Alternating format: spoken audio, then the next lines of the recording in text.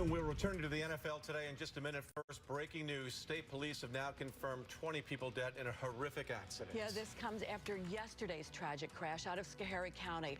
We'll show you some footage from the scene. The limousine that was holding the passengers was pulled out of the ditch early this morning. We believe most of the fatalities were in that limousine, but there could be others as well. The crash happened at the intersection of State Routes 30 and 30A in the town of Schoharie. This is right by the Apple Barrel Country Store and Cafe. You can see the area on this map. This is just south of I-88. When you get off the highway and head into the village of Schoharie, you go right past this intersection. A new development, the National Transportation and Safety Board was called in earlier this morning while we were still on the air. Now we're expecting to learn more at 3 this afternoon. That's when state police are hoping to release more information. So you'll want to stay tuned to us on air and online for the very latest on this breaking story. Now, state police have set up a dedicated phone line now to assist family members of the victims. Some families still being notified. The number is there on your screen. It is 1-877-672-4911. I'm sure it's on our website as well, or it will be shortly. Yes, and the crash happened right in front of that Apple Barrel Country Store and Cafe. The business posted this statement on Facebook late last night. Quote, as you may be aware, there was a horrific accident in front of our business today. We want to thank all of the emergency services that responded.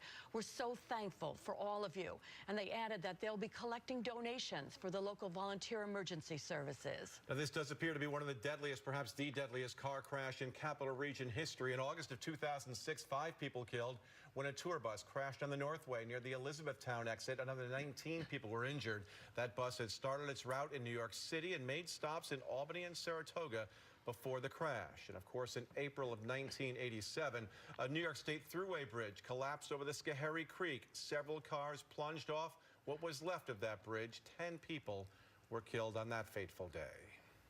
We'll have much more on this story as it develops, so please be sure to stay tuned with us here on air and online for the very latest. Just a couple of thoughts that we have heard from our reporters on the scene so far today, that a number of people in that area say this is and always has been a somewhat dangerous intersection. The hill coming down right toward the Apple Barrel Cafe. And social media obviously has been just running rampant with this story, and with connections to the victims. Obviously, we'll be learning more about them. It's just heartbreaking to see some of the photos on social media right now. And where I was going with that was that they were talking about the people saying, we won't even use that road. Or, you know, we remember hearing of somebody who had a terrible accident there. So this is obviously an area that's going to get a good look at, as sadly after the fact here. And we're still not sure if all the fatalities were in the limousine, if there were people outside of that store at the time, and if anyone there was involved. There are reports, and we're not going to, engage in speculation. We're just not sure yet who else, where these 20 fatalities, may have come from.